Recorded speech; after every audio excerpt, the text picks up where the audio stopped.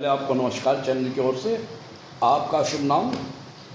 मेरा नाम डॉक्टर पुष्पा मलिक पवार है। मैं मानव अधिकार सेवा सुरक्षा संगठन में राष्ट्रीय उपाध्यक्ष हूँ, महिला प्रकोष्ठ। महिला प्रकोष्ठ। हाँ जी। तो आज जो आपने अभी जैसे सुशील जी ने बताया है कि धरना प्रदर्शन क्या है, तो जी हमारा धरना प्रदर्शन नहीं है। हम क्या है कि जंतर मंतर पे जो सोनम वांगचुक ने एक नेट पेपर लीक होने पर वहाँ पे वो भूख हड़ताल पर बैठे थे। तो पेपर किस चीज़ का लीक हुआ है? नेट का। नेट का? हाँ, पेपर लीक हुआ था। तो वो उसके छात्रों के, वो कहते हैं कि वो छात्रों के लिए बैठे थे, युवाओं के यूथ के प्रोटेक्शन के लिए बैठे थे भूख हड़ताल पर। तो हम उसी के बारे में बात करना चाहते हैं कि जंतर मंतर पर अगर जो वो बैठे थे तब तक ठीक था, जब तक वो भूख हड़ताल कर रहे थे और छात्रों के लिए बैठे थे और नेट की परीक्षाएं लीक हुई, पेपर लीक हो जाता है, बच्चों का भविष्य खराब होता है, उसके लिए हम भी मानते हैं, क्योंकि हमारे भी बच्चे और हम भी खुद माँ बाप है, तो हमें पता है कि कितना दुख होता है।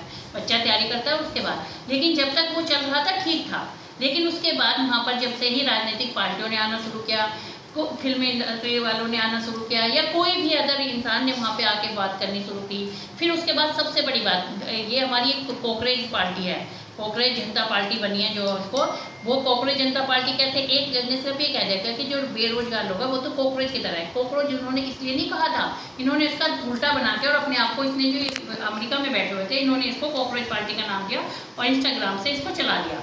उसके बाद ये भारत आए इसको भड़काने के लिए। जैसे इन्हें पता चला कि सोनम वांगचुक बैठे हुए, तो इन्होंने सोचा मैं यहाँ पे आ जाता, और ये आए और इन्होंने हमारे युवाओं को और भड़काना शुरू कर दिया। नेट का पेपर लीक का मुद्दा तो खत्म ही कर दिया, राजनीतिक मुद्दा, और वहाँ पे आपका मोदी जी को गाली दी जा रही है, माता हमारी माता भारत, हमारी राम जी का, सीता जी का अनादर किया जा रहा है, अंबानी वगैरह को कुछ से कुछ कहा जा रहा है, हमारे देश विरोधी नारे दिए जा रहे हैं, RSS को मुर्दाबाद कहा जा रहा है, देश के बंटवारे को ये कहा जा रहा है। और कल तो हद ही कर दी, कल तो ये कहा कि 370 हटा दो और भारत जो बाकी मतलब जो जम्मू कश्मीर वो भारत का अंग ही नहीं है। बताइए ये क्या कहना चाह रहे हैं। इस वजह से हमें दुख हुआ, हम उसकी निंदा करते हैं, इसलिए हमने आपको बुलाया। हम उसके बिल्कुल भी समर्थन में नहीं। हाँ, अगर ये उसके बारे में करते, बच्चों के भविष्य के बारे में बात करते, हम आज भी समर्थन में हमेशा रहेंगे। तो इसका पीछे ये तो नहीं लग रहा है कोई देश के पीछे कोई विघटनकारी ताकत तो नहीं जो देश को तोड़ना चाहती है?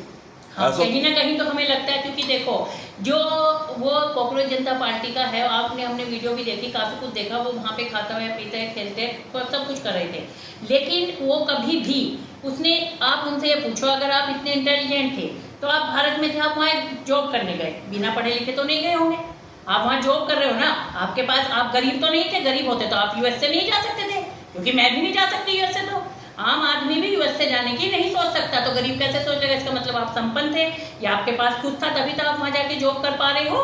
आप पढ़े लिखे थे, पढ़े लिखे होकर भी आप अगर मूर्खों वाले काम करोगे तो ये गलत बात है, आप अपने आप को धोखा दे रहे हो, जो नौजवान युवा है उनको धोखा दे रहे हो। उसके बाद जो आज इन लोगों ने किया, ये कहाँ से शुरुआत, चंद्रशेखर आजाद जी पर मंच पर गए, उन्होंने उस मंच का पूरा प्रयोग किया, उन्होंने वहाँ पे बोला कि मैं 20 तारीख को यहाँ पे पूरी संसद तक लाइन लगा दूंगा और मैं उसका पूरा अच्छा वाला धरना प्रदर्शन करूँगा।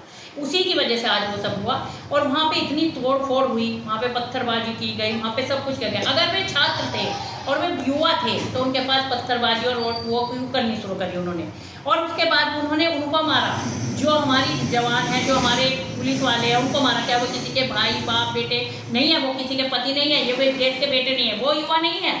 और सबसे बड़ी बात मैं बताती हूँ, वहाँ पे युवा है ही नहीं, युवा तो वहाँ 1% है, बाकी तो वहाँ सब है। युवा वो होंगे जो 2010 से पैदा हुए, वो युवा है। वहाँ 30+ वाले हैं, वो युवा नहीं है, वो युवा नहीं है। वहाँ पे युवा कम है, वहाँ पे वैसे लोग ज़्यादा पहुँच गए, क्योंकि जो शिक्षक है, जो युवा है, जो पढ़ना जानता है वो घर में पढ़ रहा है, जो किसान है वो घर में काम कर रहा है। वहाँ बैठे स्वार्थी लोग बैठे, वहाँ ऐसे लोग नहीं बैठे। मैं इसका पूर्ण इसलिए विरोध करती हूँ।